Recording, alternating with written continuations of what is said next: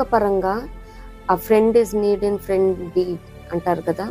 అంటే అవసరతలో మన పక్క నుండి సహాయం చేసేవాడే నిజమైన స్నేహితుడని.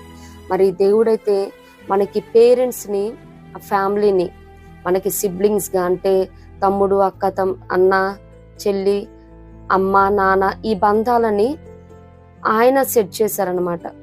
ఈ స్నేహ బంధాన్ని మాత్రం మన ఓన్ చాయిస్కి ఇచ్చారనమాట. మరి చిన్నప్పటి నుంచి మన టేస్ట్ తగ్గట్టు, మన ఫీలింగ్స్ తగ్గట్టు, మన స్థితి స్తోమతకు తగ్గట్టు, మన ఆలోచనలకు అనుగుణంగా మనమే ఫ్రెండ్స్ని సెట్ చేసుకునే గొప్ప భాగ్యాన్ని, వరాన్ని దేవాది దేవుడు మన చాయిస్కి ఇచ్చినాడు అనమాట. మీరే చూస్ చేసుకోండి మీ స్నేహితులని.